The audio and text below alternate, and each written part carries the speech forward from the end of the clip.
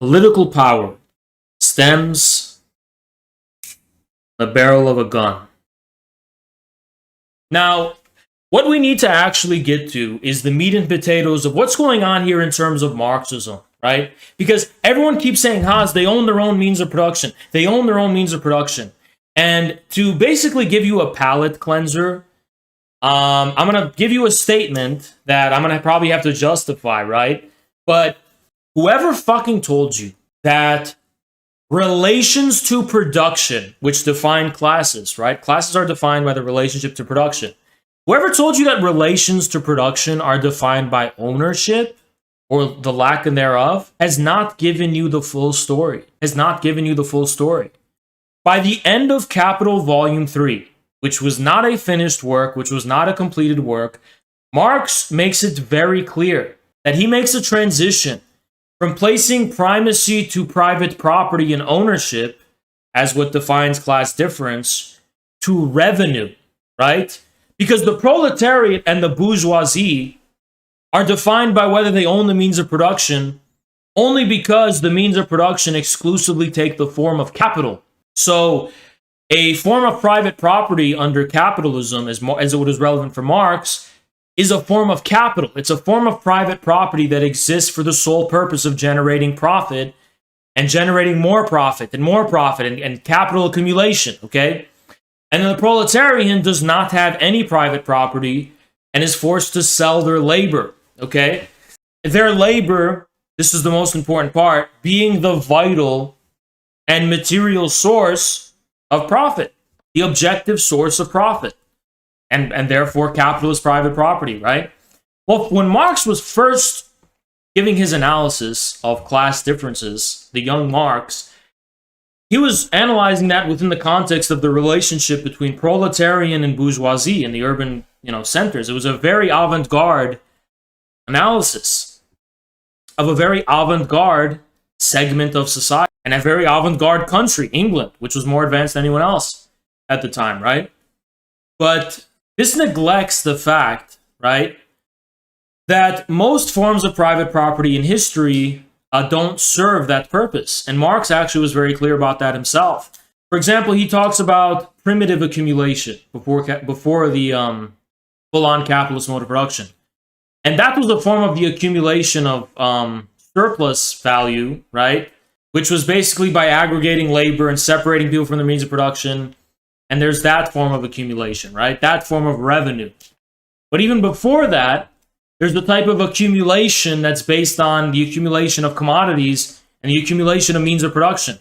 Not the accumulation of profit, but the accumulation of means of production. So, for example, in feudalism, right? If you're a feudal lord, the process of accumulation is going to take the following form, right? All of your surpluses of agricultural production are going to be used to make weapons. They're going to be used to make armor or whatever the fuck, right? Hire soldiers and mercenaries. And you're just going to conquer more land, right?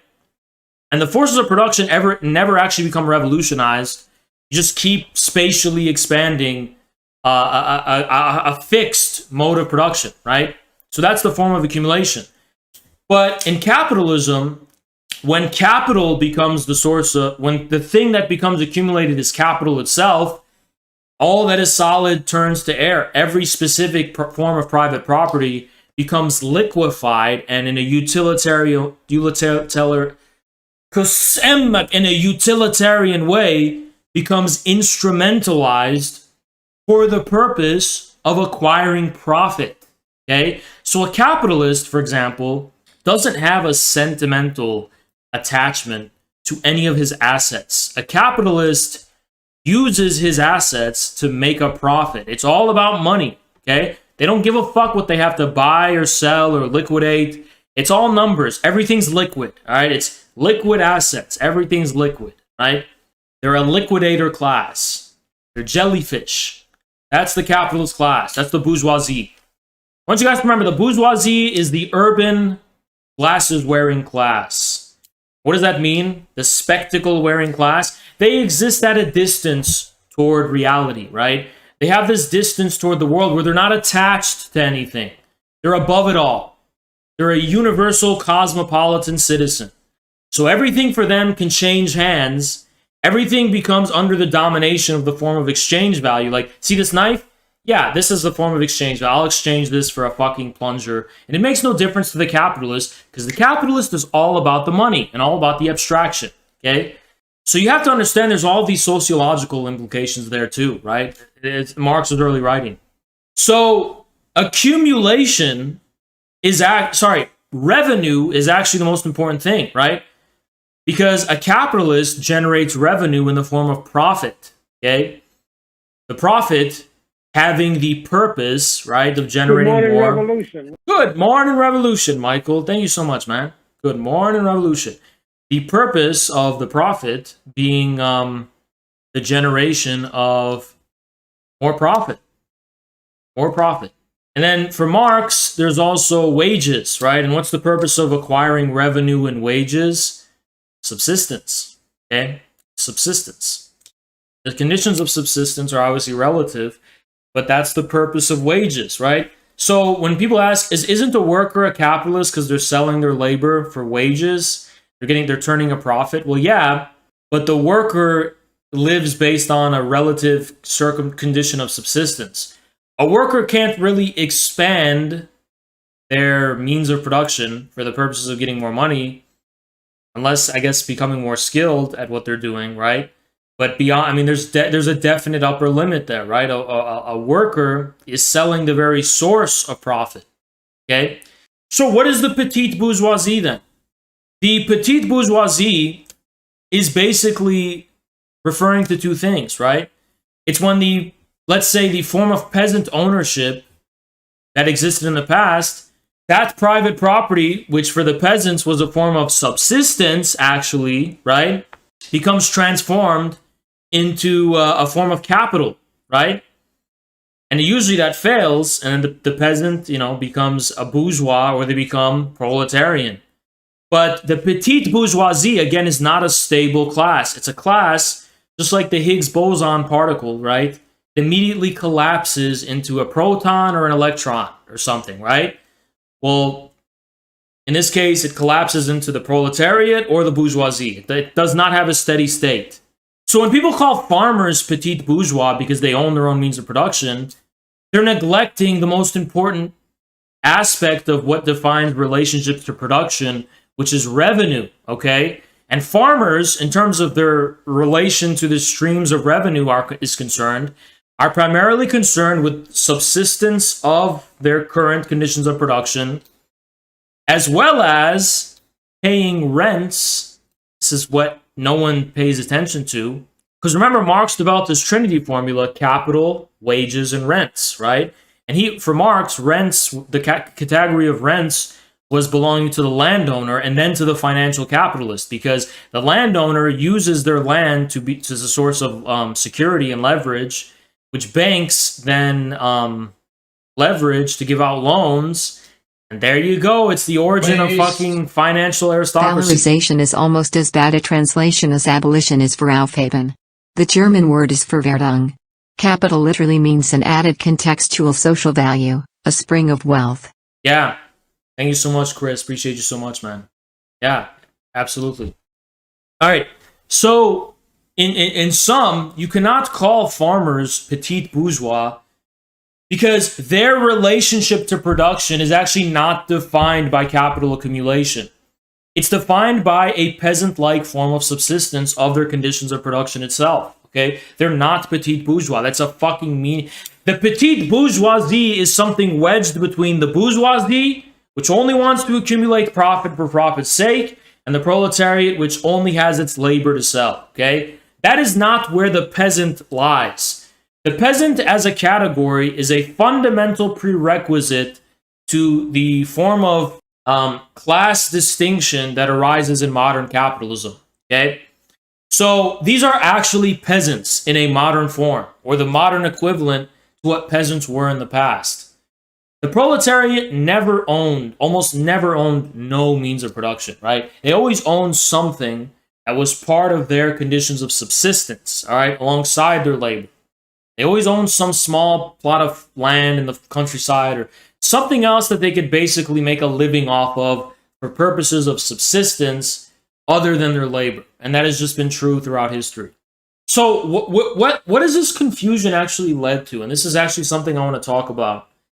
So why are leftists so eager to point the finger at, these small owners, right, of means of production as exemplifying the brutality and reality of capitalist relations, as opposed to these like giant faceless monopolies, these rentier monopolists, these banks, these financial institutions, these giant agribusiness corporations? Why aren't these the target of the left's fury, right?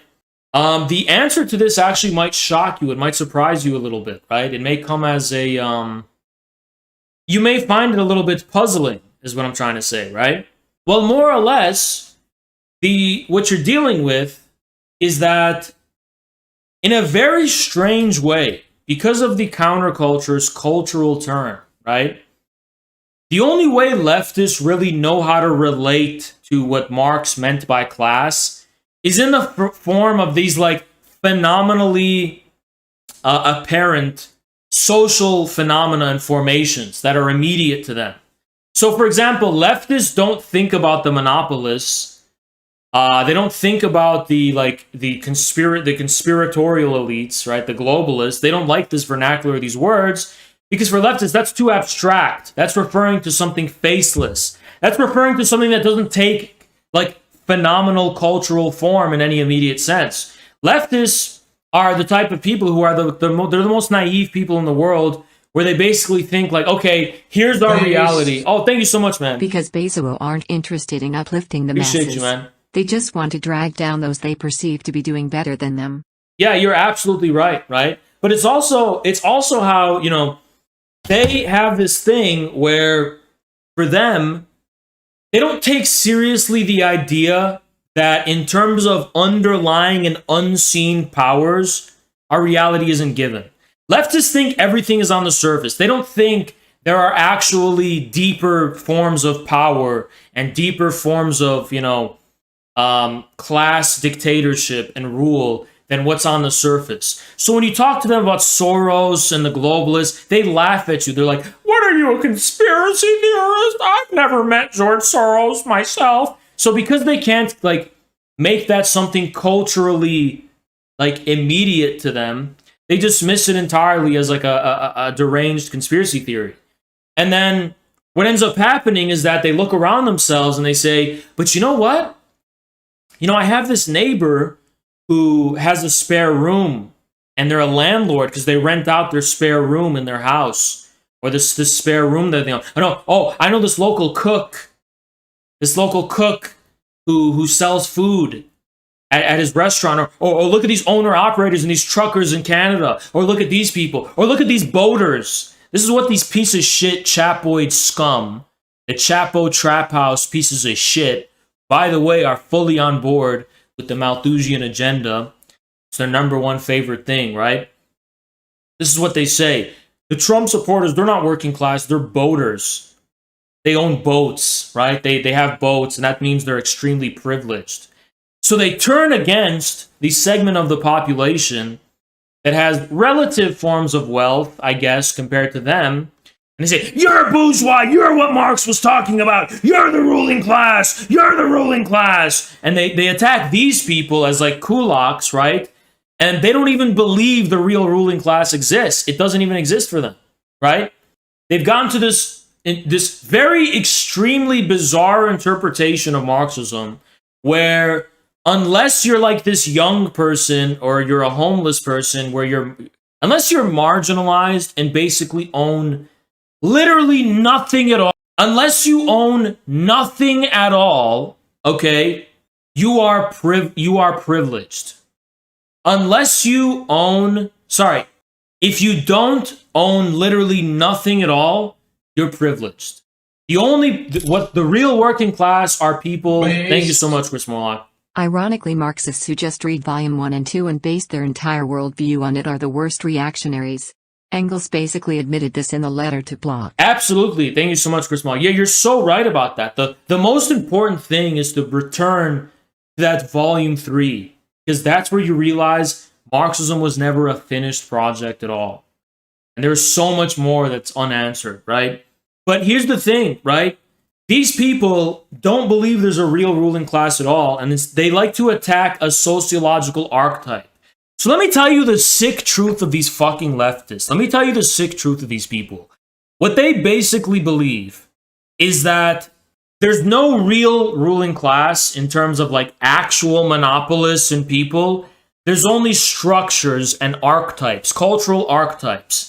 And for them, it's like the same thing as racism and misogyny. It's just a cultural phenomenon, right? And if it can't be reproduced at the level of your neighbor and at the level of like some like population that's universal, it's not real. So when they think of the class struggle, they're not thinking of an actual like war between a ruling class and people on the bottom. They're thinking about this kind of like structural problematic aspect of our reality where some people become privileged and other people aren't, and some people, you know, they've universalized it in the strict sense of like they're trying to make it seem like, you know, it's just a systemic problem. There's no actors in a class struggle. There's no like villains. There's no actual actors. It's just an impersonal, systemic problem. Just like someone being racist, at your coworker being racist or misogynist, it's the same thing. Oh, you have a coworker that became bourgeois? It's the same thing. But what they don't tell you is that nobody becomes bourgeois anymore. Nobody joins the ruling class anymore. That's a club that they don't let anyone in anymore, right? That's like a dynastic, generational form of dictatorship. It's not some generalized phenomena across society where it's like, oh yeah, some people become... No, nobody becomes a capitalist anymore. Everyone is pretty much under the dictatorship of, you know, the central banks and the, you know, monopolists and these financial institutions and City of London and Wall Street. Nobody actually rises to those ranks. You know, it's not a systemic thing where it's like it's an impersonal, faceless system. This is not a faceless system. There are faces to the class struggle, okay? Soros and fucking Bill Gates and these fucking people, they all have faces. They have faces, all right? Larry Fink, they have faces. They have faces, all right? This is not an impersonal systemic thing, okay? So this is what you have to keep in mind. That leftists, the reason why you have this puzzling situation where leftists are condemning all these working class movements and always running water for the real ruling class is because when they talk about class struggle, they're talking about a cultural revolution. They're not talking about like an actual class struggle. They're talking about like how like we all have the potential to become capitalists within us, and we have to have a struggle session to beat it out, which is just not true, right? There is actually like a barrier between all of us, the 99% and a 1%. That actually is a real thing today, right? So that's pretty much the reason why leftists. And then the most bizarre and insane thing, though, is that they have this idea that to be a working class person, you have to basically own nothing at all, right? Nothing at all. Which, you know, Engels did say the workers, the proletarians, they own nothing. But he was referring to the urban proletariat, which is always a minority of Europe and the whole society, right? He also wasn't talking about the lumpen. He was talking about people who are selling their productive labor. Right? They're productive labor. Well, the people who engage in productive labor today are more privileged than these grads. They're more privileged than these like young leftist baristas and you know, these kinds of fucking people who wanted to be like photographers or some shit and failed. So now they have to like work service jobs or whatever, right? I mean, the productive laborers, which is heavy industry, tend to be more privileged, right? But according to leftists, the more privileged, it's privileged, right? The more privileged you are, the less revolutionary you are, which is a completely deranged fucking view. and it's basically leading to this it's kind of like they represent the lumpen. They represent people who have no grounding at all, right? They represent these D-classed elements of lumpen who basically do not even have a definite relationship to production at all, except parasitism. That's who the left represents, and they've confused that for Marxist proletariat. They've confused the lumpen, who don't really have a place in terms of having a definite relationship to production outside of just parasitism. They've confused that for the proletariat and the working class. So the less responsibilities you have, right, to like, basically attend to, your family, your work, your job, the less responsibilities you have, the more you're a proletarian. The more you're basically like completely controlled, at your workplace, you're a proletarian. Yeah, a proletarian is someone who is just the marginalized person, right? That's what the proletariat is. So that's how they've interpreted Marx, because they think that owning your own means of subsistence means you're petit bourgeois, when in reality, the classification of the bourgeoisie is defined around around this kind of axis of accumulation of capital, not subsistence of a definite and concrete way of life, okay? So it all has to do with this strange question of the peasantry, which I've alluded to many times. Thank you so much, laptop Random. lumpen. That's exactly it, the laptop lumpen. They are this kind of lumpen. The PMCs are pretty much a lumpen class. That's where their loyalties lie. Like let me give you an example of this. So remember that New York girl who was like, this is an average day at my job. I do this, I have coffee, I had some mimosas, and I was watching them sing Dancing Queen. Yeah, and we were singing and dancing and whatever. And that young woman makes like $20 an hour. You know that? Extremely privileged lifestyle, but only makes $20 an hour. Well, the reason for that is because they have less responsibilities, right? And that's just a scale. That's just a quantitative difference, right? You don't have all of the benefits and amenities that come with working at that type of job. That's quantitative. But the proletariat is not that's not the proletariat, okay? That is not the proletariat. The proletariat today has to also account for reproducing the conditions of its subsistence, not only in the terms of the sale of its labor, but the relationship that it bears to the revenues of rent by the monopolist class, which is taken over after imperialism, if you read Lenin, okay? This is what I'm trying to say. We don't just have relations to typical capitalist production as the social democratic vulgarizers of the late 19th century tried to make it seem like. There's also a specific relationship to rent, okay? And if your means of subsistence are primarily directed toward the paying of rents, specifically to the banks, you are not petit bourgeois, period. You are not petit bourgeois. And I think my addition that I want to make to Marxism is to add a fourth, right? I'm a fourth, just like, yeah, I don't want to make that comparison. Well, I will make that comparison. I'm a sophiologist. I believe in Vladimir Solovyov's thing where he wants to add a fourth element to the Christian Trinity, which is Sophia, which is called sophiology, right? Well, I want to do that for Marxism. That's my whole project for Marxism. There's rent, representing the landowners, the landlords, right? Thank you so much, Chris. Western Marxism equals virtue signaling to imaginary proletarians to justify everyone becoming serfs. That's exactly it. That's exactly it. So for Marx, there's the rentier class defined by monopolists, landlords, and financial aristocrats, right? Then there's the capitalist class. Sorry, then there's profit, which is defined by the productive capitalist class. Then there's wages, which is defined by the working class, right? The proletarian class.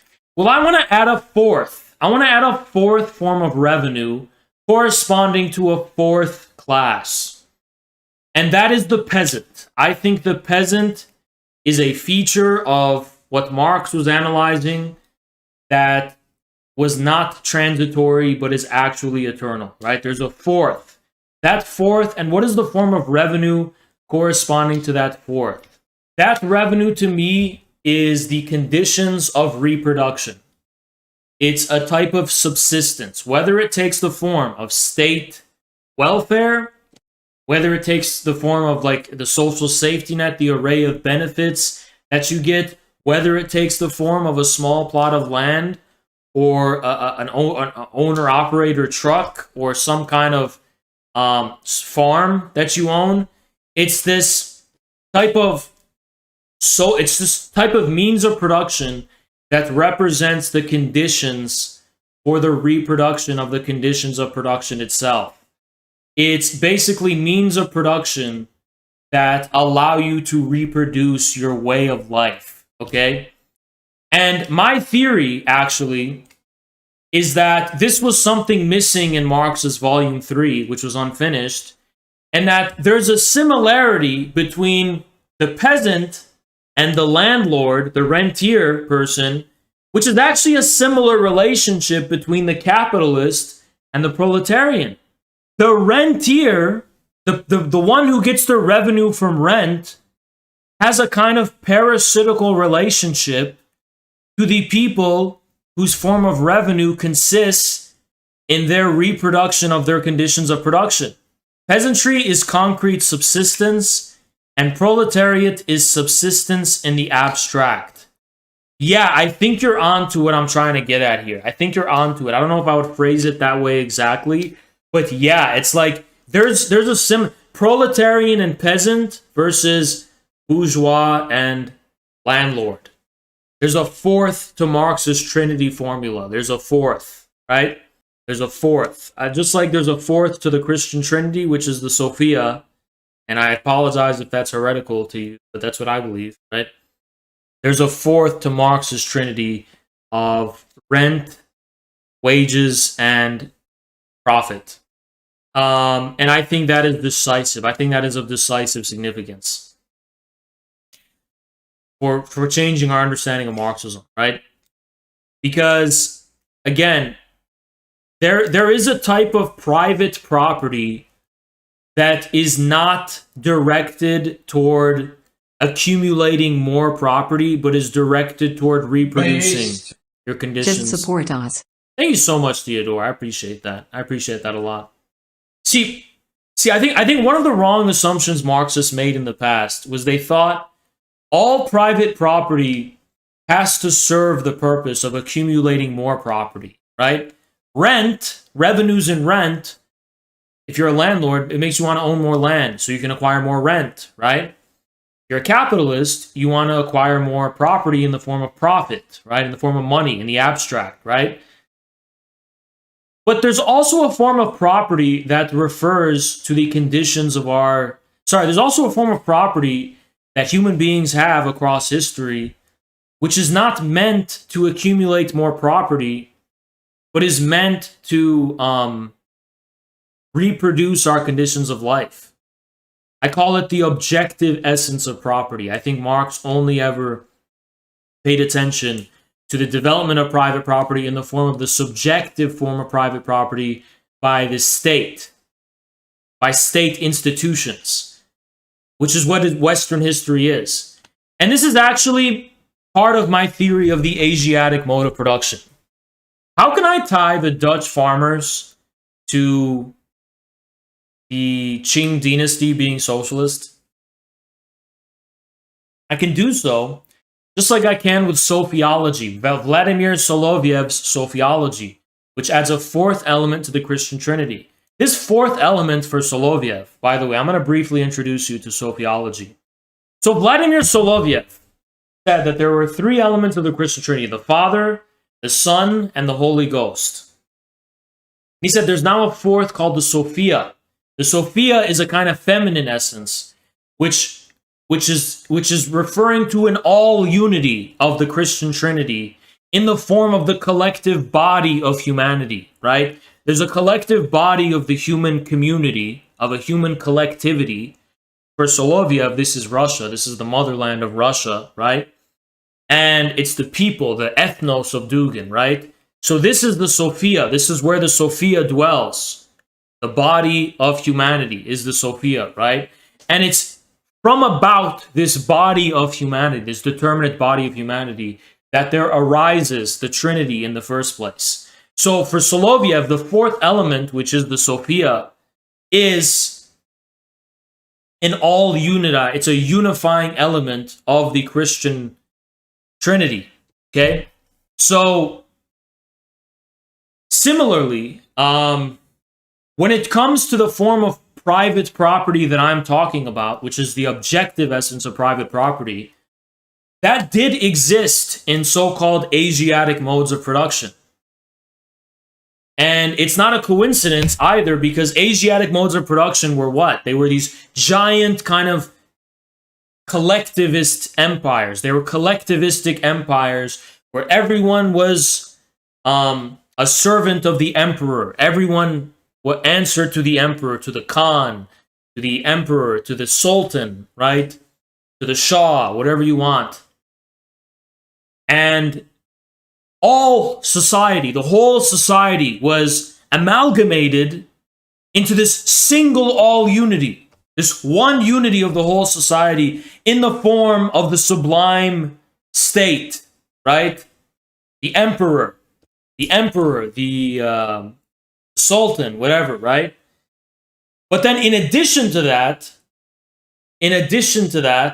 you have this form of private property defining relationships to production that permeates across the masses of society, the mass of society, which refers to familial claims to land. My father owned this land, his father owned this land, yada, yada, yada.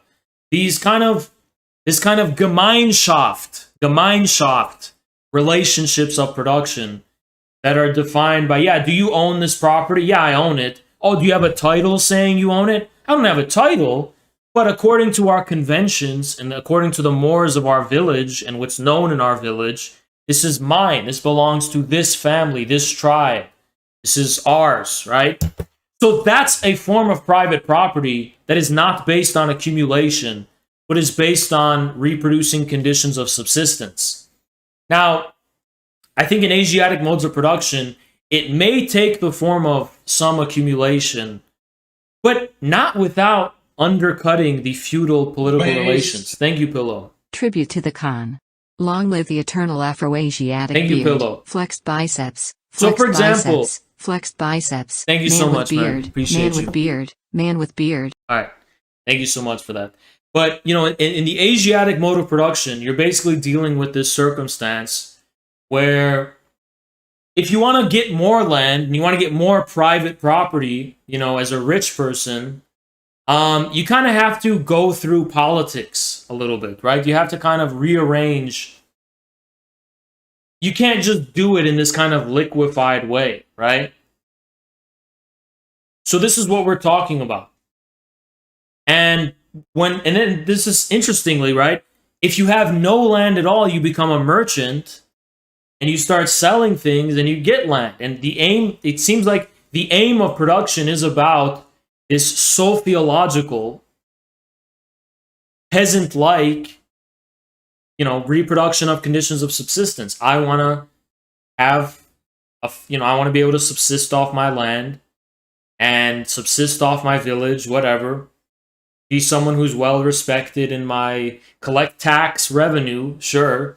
Because there's a hierarchy of tax collection, which actually is the primary thing that defines relations to production in the Asiatic mode of production. But yeah, that's what it is, right?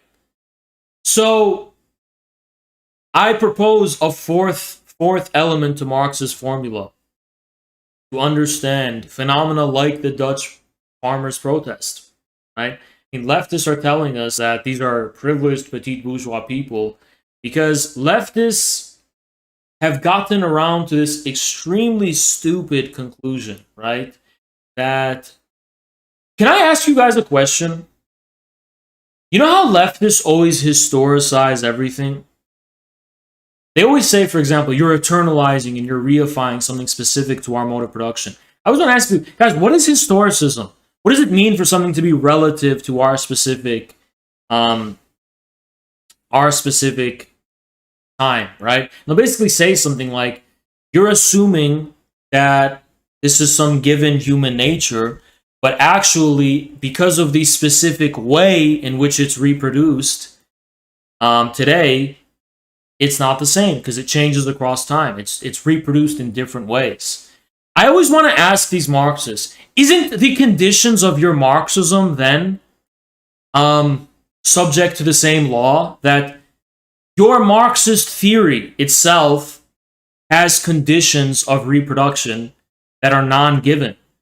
You reify Marxism, is what I'm trying to say. They have reified Marxism itself to apply trans-historically since 100 years ago. You're like, it's not trans-historical because we're in the same historical epoch as we were 100 years ago. And then all I have to ask them is, prove it. How do we become cognizant of the historical epoch we are living in? How do we reproduce our consciousness of the historical era that we're living in, if not through institutions which give us specific forms of consciousness and reproduce specific forms of consciousness? If that's true and it's not given, then you are taking for granted the way in which you are immersed in this kind of institutional bourgeois society in order to, basically apply your very vulgarized form of Marxism, right? Ooh, I know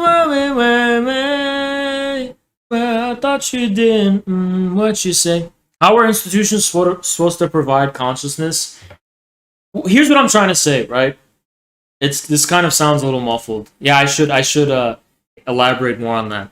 When we apply Marxism to the whole of society universally, we have to recognize that every universal position presupposes a determinate and definite institution. So the same way Marxists say, whenever we are applying qualities to a given society, that presupposes a specific mode of production, a mode of history. So likewise, I say, whenever you universally apply a social category, that presupposes an equally universal institution that positions itself towards society in a universal way. But the question then lies, is the specific way the institution, the universal institution of knowledge, like academia, is the specific way in which the institution, the universal institution, is grounded in society? Is that something specific? Is that something historical? Is that, for example, based on a relationship of rent? Is that based on a relationship of taking for granted people like farmers that materially allow your institutions to be reproduced? And then moreover, what is the relationship between the universal institutions that you take as the vantage point from which you establish your Marxism? What is the relationship between those institutions and their real material premises in people? For example, I'll explain it this way, right? So you have the state. According to the state, there's a universal citizen and there's a universal law. Nobody's above the law. We're all equal before the law, right? So that's what you have. You have this universalism of the institutions. Okay. Sorry, the institution of the state. So what is the real material premise of that? How is that reproduced in actual society? Well, as we can see throughout history, it's reproduced by an economic social contract, right? For example, it's the workers in heavy industry in America that materially reproduce the universality of the American state. Why? Why? Because they are reproducing the very conditions out of which the universal establishes itself in contradistinction to particularity. So guys, can you fucking shut the fuck up and pay attention? Pay fucking attention to what I'm saying right now, okay? You have an American regulatory state.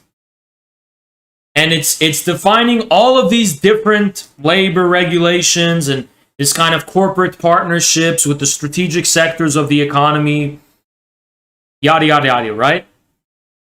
But the heavy industry worker is actively reproducing that state materially. Because they're testing it against its opposite, nature, or human labor, or whatever you want. Civil society. So you have this abstract state, and you have these real premises of that state, right?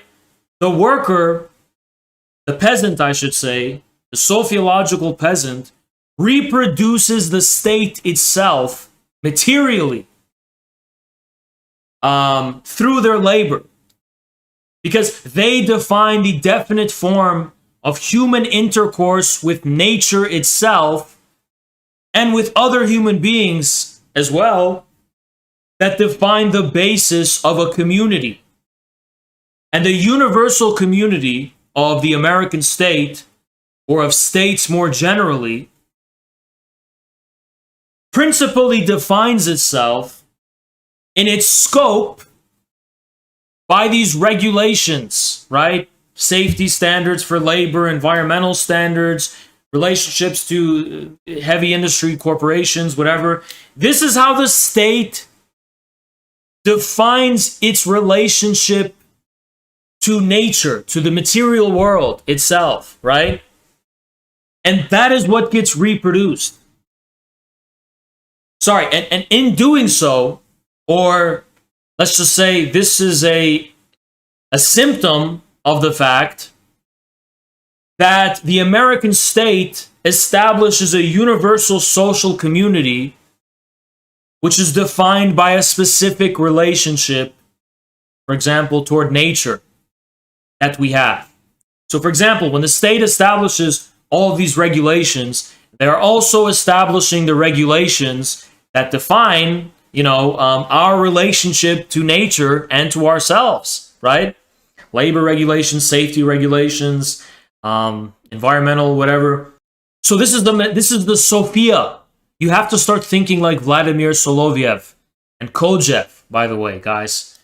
There's a fourth to the Trinity. It's not just Father, Son, and Holy Ghost. There's also the Sophia. The Sophia is referring to the peasant mass. And this is what we're dealing with.